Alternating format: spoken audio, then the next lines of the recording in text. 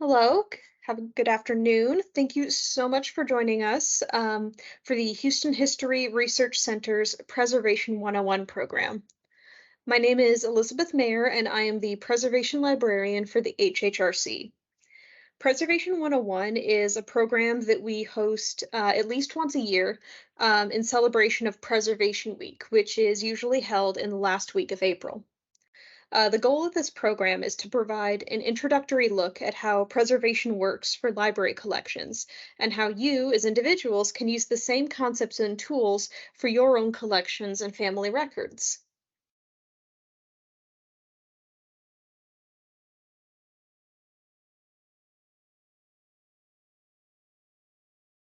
So what is the Houston History Research Center?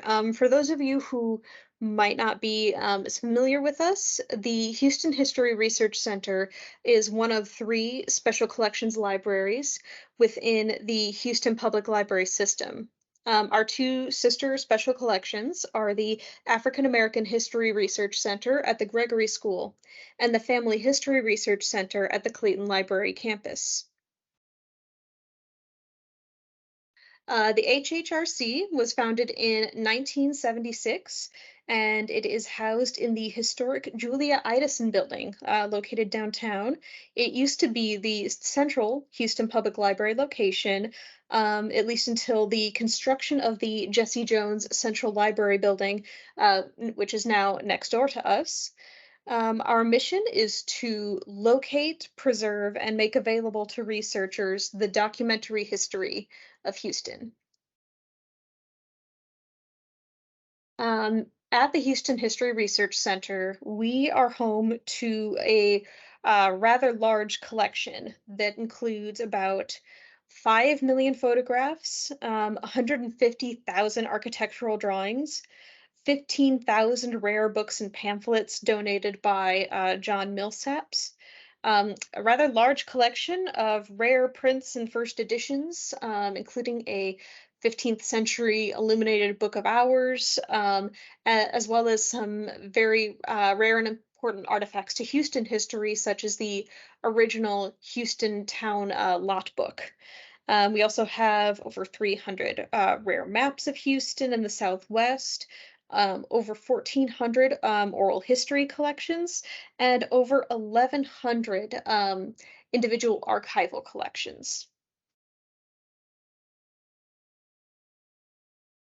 So why is preservation important? And why do we as libraries dedicate a week to celebrating and teaching about preservation each year? Within libraries and museums, preservation is the act of working to extend the life of collections beyond their natural time of functional use.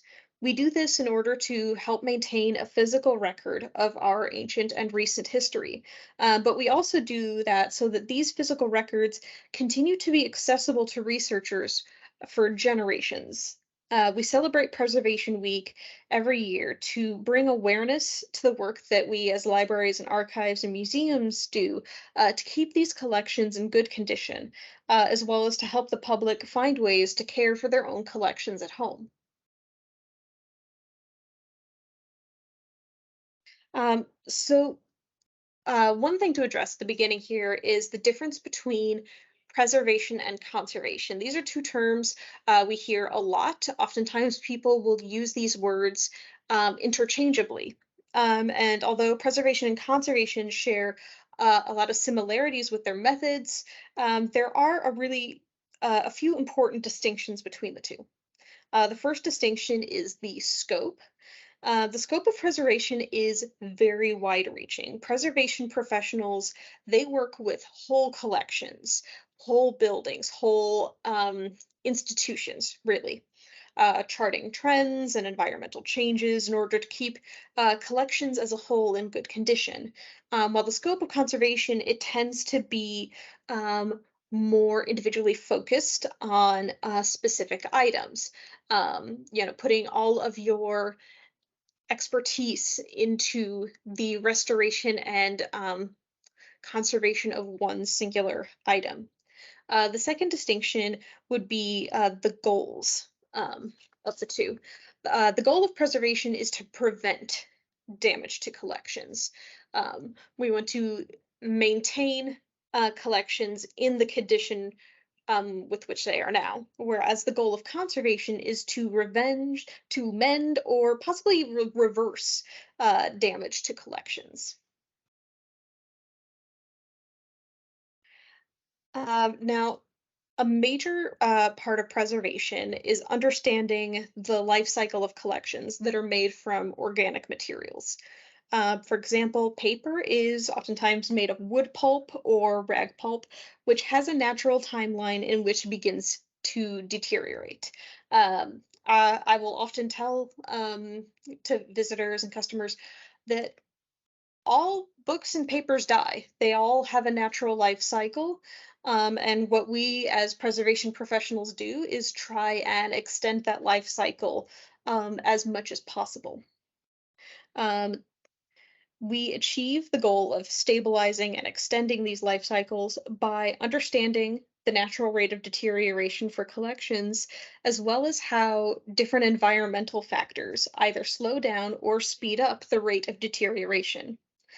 So for this next section of the presentation, we're going to be exploring different environmental factors that have the most direct impact on book and paper collections, and what environmental conditions are best for maintaining collections, and how we can start to mitigate the natural risk of deterioration that comes from these environmental factors. One of the greatest environmental factors that can affect books, photographs, documents, and other common collection materials is temperature. Paper materials that are kept in too high of a temperature could be at risk of severe chemical deterioration. Now, as I mentioned earlier, paper materials have a natural rate of deterioration in which the paper is going to start to become more brittle and fragile, or as I like to call it, crispy.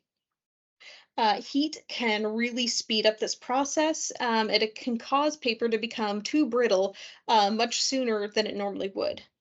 Temperatures that fluctuate too severely or too often can cause severe physical deterioration to collections.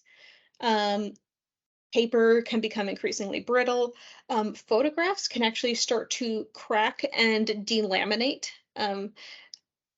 Archives and special collections libraries, we like to keep our collections at a nice, cool 60 degrees, give or take a couple of degrees, um, for most idealized for our most idealized storage conditions. A good temperature to aim for personal collections would be to keep items stable at what is considered average room temperature, 68 to 70 degrees. Like I said, give or take 2 degrees in either direction. Um, as long as these items are kept at a stable and consistent temperature, that is really what's going to be best for the items. Like temperature, humidity can have a significant impact on collections, especially book and paper collections. Um, Also, like temperature, it's important to have humidity that is stable and consistent. If humidity is too low, that makes everything too dry, materials start to dry out and crack.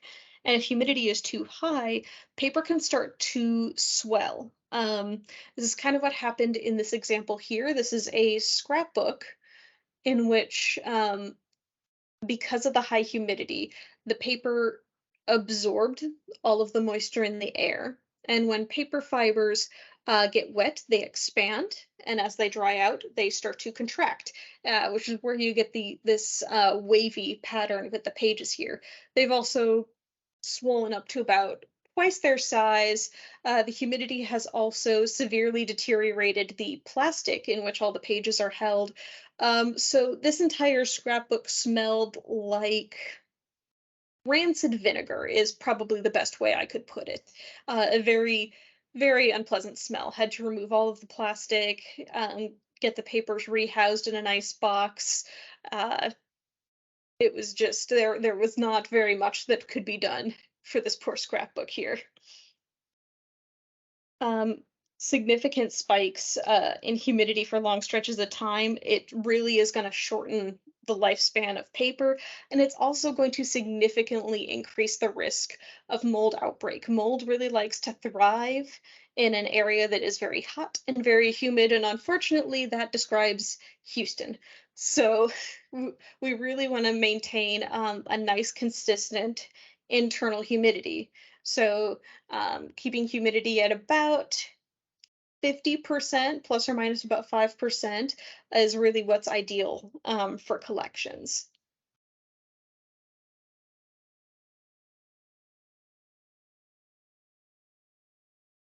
Um, so the next environmental factor I'm going to talk about is light.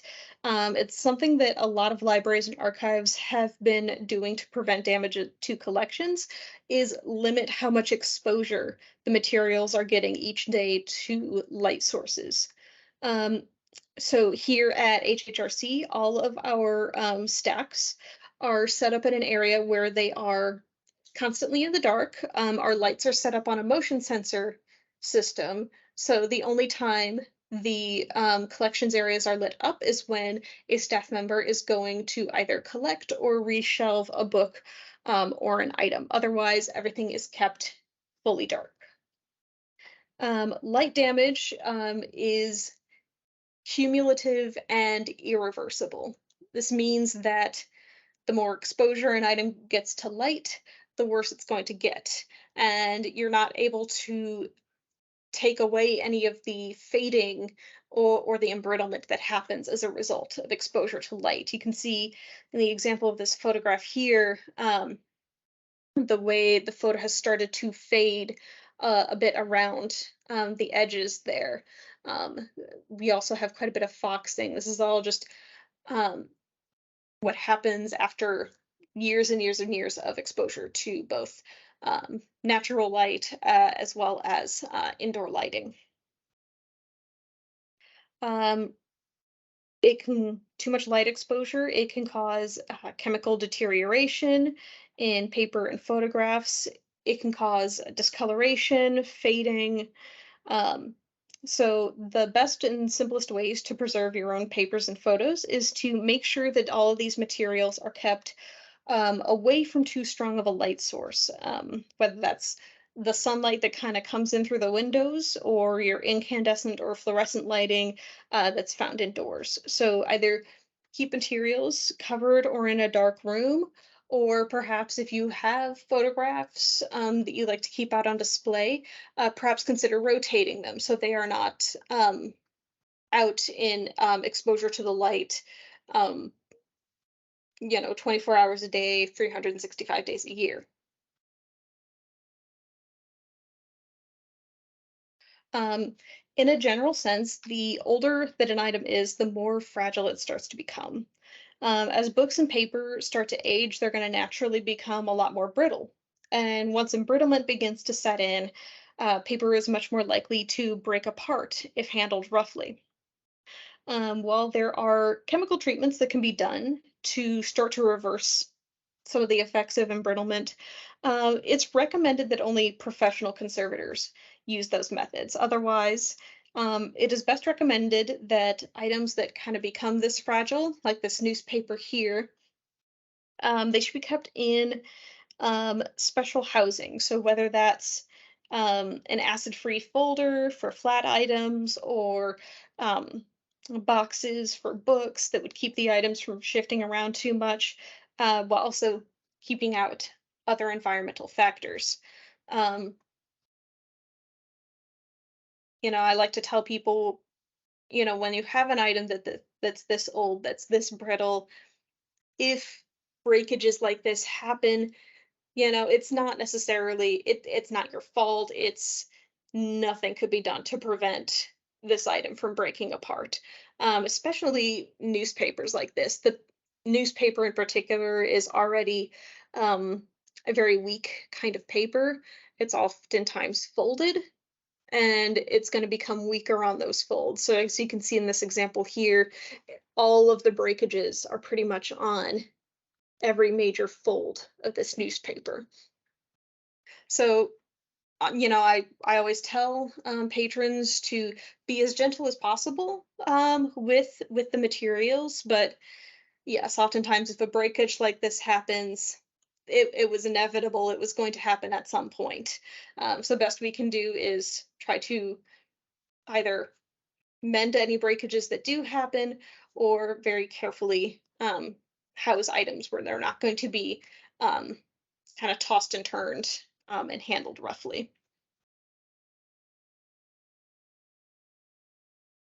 Uh, the next environmental factor I want to talk about are pests. Preventing pest infestations is an ongoing battle for libraries and archives.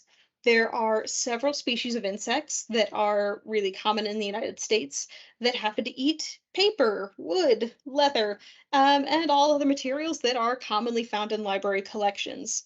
Few of these species are book lice, silverfish, different types of beetles, and cockroaches. Uh, Now, with the beetles, it's actually quite interesting. If I'm sure many of you have perhaps heard of a bookworm before, and a bookworm is actually many different species of beetle in their larval stage.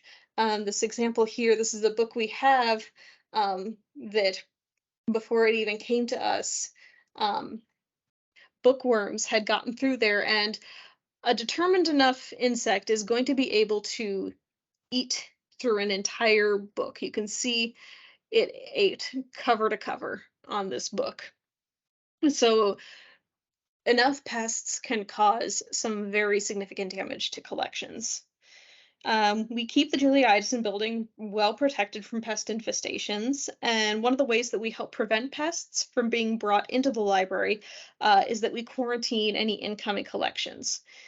We search boxes of incoming materials to see if there are any signs of insect damage. That's going to include chewed and torn paper, dead insects, and other debris. Some ways that you can help prevent pest infestations in your own home collections is to control the environment in which you store your books and paper. So, keeping food and drinks away from where you keep your collections is going to help prevent pests from being drawn in.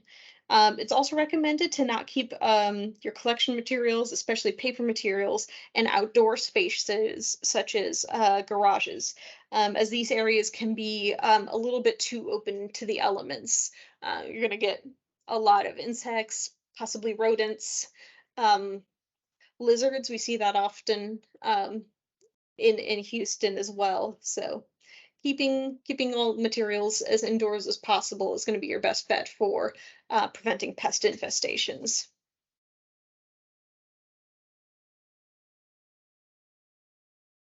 Contaminants are any new materials that are introduced to book and paper collections that can cause damage or accelerated deterioration. These can include organic matter such as hair and skin cells, natural oils from your hands, plant pollen, soot, or natural gases. These can also include chemical matter, including chemical solvents and various types of adhesives like tape or glue. Um, a common mistake that people often make when trying to preserve their collections, it's made with the best of intentions, but people will often try to use Scotch tape or other similar types of tape to repair tears. And unfortunately, the adhesive on Scotch tape is quite acidic, and it actually starts to increase the rate of deterioration for paper. It's also incredibly difficult to remove from paper, and attempting to do so can actually lead to significant losses on the original paper. As you can see in this example photo here, somebody had covered this entire book cover top to bottom in Scotch tape. And you can see on some of the horizontal strips of tape where it's a lot more yellow under there. Um, that's where that deterioration has started to speed up. It's starting to get more brittle underneath that tape there. So while it is often recommended to work with a professional conservator to repair any damage that you might have to book and paper collections of yours. There are some safer options that are available for repairing small tears that are acid free and they're safer to remove from paper. So for example, Filmoplast tape, it works similar to standard pressure sensitive adhesive, but it's a gentler tape. It's a lot easier to remove without pulling up the paper fibers. Um, for other repairs, so for example, if a cover has fallen off of one of your books, we would recommend using linen tape or linen cord to actually kind of just tie and hold the book together. Um, that way, if you want to take the book out and read it, all you have to do is untie the cord and you can simply tie it back up again for storage. It's just a much safer way to keep the book together. Uh, Perhaps this goes without saying, but fire can be incredibly damaging to collections. The damage is far encompassing and includes a lot more than just the initial damage done by flames, which can burn and melt away collections. As you can see in this example photo here, the burned edges of the paper are incredibly brittle. So even any attempts to kind of clean away the soot that's on the paper there, it could risk breaking the paper even further. Any water that's used to douse the flames could also potentially bring in library pests, or it could create a humid and moist enough environment for mold to begin to form. So, for any burned or fire damaged items, it is definitely recommended to contact conservation and remediation professionals. All right, and last but not least, water damage in collections can be incredibly devastating and difficult to reverse. So imagine you saw in the example photos the damage caused by too much exposure to humidity, and then just increase that damage significantly, and that is the scope of what water damage can do to collections. Water damage could cause major physical damage to books and paper. It can distort the chemicals that are in photographs. It can cause discoloration. It can bleed or smear any materials that are handwritten in ink, and possibly lead to an outbreak of mold. Water damage can come from a number of sources, including leaky roofs, pipes, any accidents with food or water near collections, as well as natural disasters such as flooding or hurricanes. So, keeping any paper based materials that you have on a high shelf, that's going to greatly lessen the chance that these materials are affected by a leak or a flood. If a small amount of paper materials are affected by water damage, it is recommended that you either air dry these items by interleaving the pages with paper towels, or possibly even freeze drying the items in a frost free freezer over a number of weeks. For any large scale water damage, it is best to contact professional services for treatment and remediation.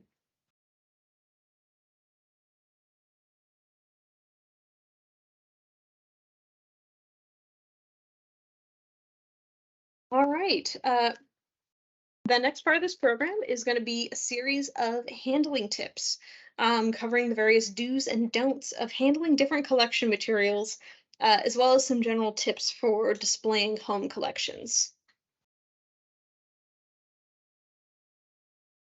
So we'll begin by talking about books. When shelving books, it's important to shelve them by size, making sure that they are upright and not leaning to the side, using a bookend for support if needed.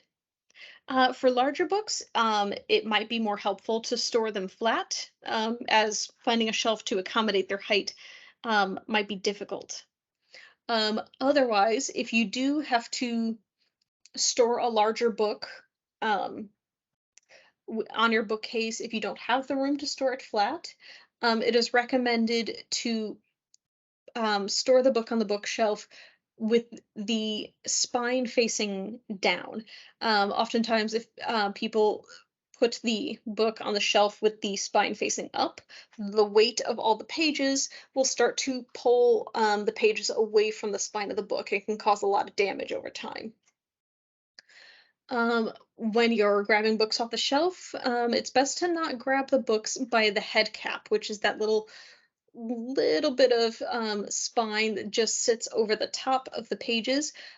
So it's best to grab the books kind of from the center of the spine. That way you're not kind of pulling on kind of more fragile areas of the book. Um, let's see. When marking your place in a book, we always ask, please use a bookmark or another small item to mark your place. Dog earring or folding down the corners of your books, it can cause the paper to start to break down because it gets weaker along the fold.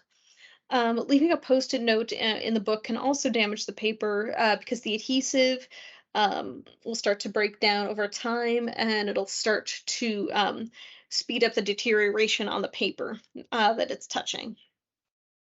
Um, and also, I know many of us are guilty of this. I am certainly guilty of this at times with my own books. Leaving a book open and face down to mark your spot, it can cause really terrible damage to the spine. Therefore, it is best to simply use a bookmark when you're handling books.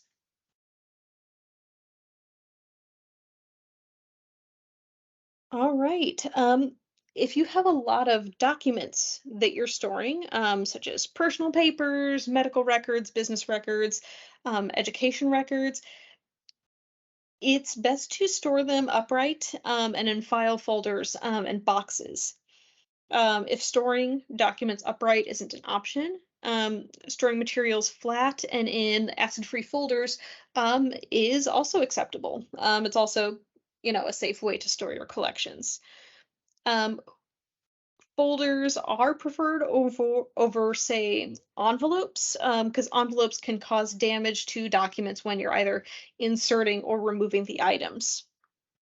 If you're purchasing storage materials to keep your documents in, make sure that the materials are acid free, meaning that they have a pH of 7 or higher, um, uh, lignin free, meaning that the lignin content is 1% or less. It's important to note that a lot of materials, they'll market themselves as archival or archival safe, but that doesn't necessarily guarantee that they're acid free. So be sure to check packaging or label markings for specifically the phrases acid free, acid neutral, or lignin free. Um, Make sure to ensure that any documents that you have, they're exposed to as little light as possible while they're in storage. Um, so always opt for a nice, cool, dry, dark place for your storage location. Um, Also, if you're keeping older documents, try to remove as many harmful extra materials as possible. These can include things like cardboard, rubber bands that hold papers together, or paper clips, like metal paper clips, because um, the paper clips will start to rust, and that can really cause some damage on the paper over time.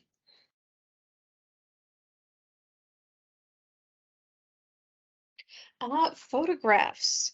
When you're handling photographs, it is recommended that you use protective gloves, such as nitrile gloves, because um, the oils on your hands could cause some potential damage on that top layer of the photograph there.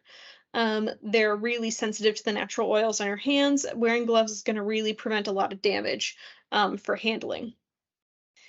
Let's see, similar to documents, you'll want to remove any rubber bands and paper clips, as these can damage your photographs over time. For storage, you'll want to house your photos in protective enclosures to keep out any gritty dirt or dust, which can actually scratch the surface of the photo. You'll also want to avoid using any pressure sensitive tapes such as Scotch tape if you have any torn photographs. Let's see, suitable storage materials for photographs are they're made of either plastic or paper. Um, so as before, any enclosures should be acid-free, while plastic enclosures should be made of an archival safe plastic. For plastics, it's helpful to remember the three Ps: polyethylene, polyester, and polypropylene. Um, these are three generally considered archival safe plastics.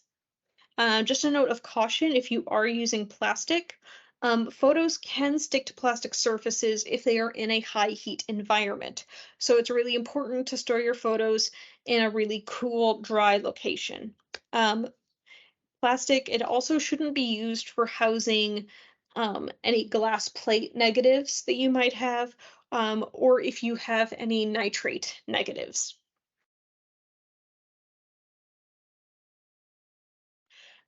For oversized items, you should try to store them flat whenever possible, not folded or rolled. However, if you don't have the space to store something flat, then rolling is definitely preferable to folding. When folding paper, you're creating a weak point at the crease, and that's going to eventually start to degrade as the paper ages. When you're rolling paper, you're actually putting an even amount of pressure across the surface of the paper. So it's a lot easier for paper to adapt to being rolled than it is for it to adapt to being folded. If you are lifting any oversized items, you want to be sure to support them kind of from the center rather than holding the items at the ends. This is going to prevent accidentally tearing or damaging the items in any way.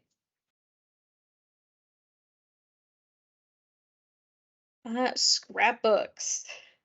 When storing scrapbooks, it's recommended to try and interleave scrapbook pages with unbuffered acid-free paper.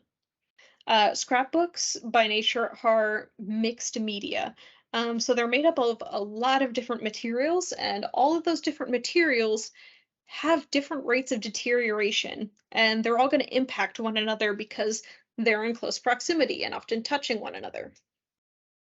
This is why you see in some scrapbooks, as well as books in general, if you have photographic images on one page, oftentimes you see kind of a faded, transferred image of that photo on another page. So to kind of prevent that from happening, it's best to interleave the pages. It's also important to isolate or encapsulate any problem materials, such as sticky items like food or any acidic items. If you're turning the page of a scrapbook, especially if it's weighed down by attached materials, be sure to support the page from the center rather than grabbing it from the edge. That's going to help prevent tearing as the paper is turned. Um, Finally, you don't want to force a scrapbook to lay open flat. Some scrapbooks, they are bound that way and they'll lay flat naturally. However, if you are not able to open a scrapbook very far, then it's best to try to not to force the book open any further than it will naturally go, um, because doing that can cause irreversible damage to the spine of that scrapbook.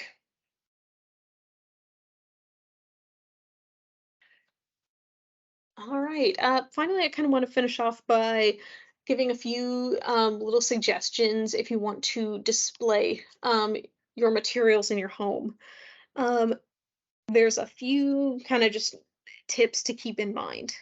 In general, interior rooms have a more stable environment than rooms that have outside walls. Um, it's best to avoid hanging, say, framed works of art or any framed objects on any outside walls. However, if that is your only option, you can use a spacer in between the frame and the wall, and this will help protect the item on display. It's going to create a little buffer between the item and the wall itself. You will also want to avoid displaying materials above or immediately adjacent to any sources of heat, such as heat vents, radiators, fireplaces. Um, I know we don't have that a lot in Houston, but enough that it could become an issue for your collections. And finally, one way to avoid a lot of environmental concerns is to create a display copy of whatever item that you'd like to put out on display. By creating a copy, you'll have a visual representation of the item that you're using to display, while the original is kept safe in storage. We do this often for library and museum displays. Uh, it's also just a major tenet of preservation. We often say lots of copies keep stuff safe. So by having a physical copy, the original copy, and a digital either PDF or JPEG copy, you are making sure that you have at least one representation of your material that is going to be kept safe in perpetuity. All right, so thank you all again for joining into today's presentation. If you'd like to learn more about any upcoming programs at the library, you can subscribe to the Houston History Research Center newsletter, or you can view a complete calendar of upcoming events at the Houston Public Library main webpage. If you have any questions about the program, preservation in general, you can go to our general reference at txr.reference@houstontx.gov. Any of our staff members here at the Houston History Research Center would be more than happy to help.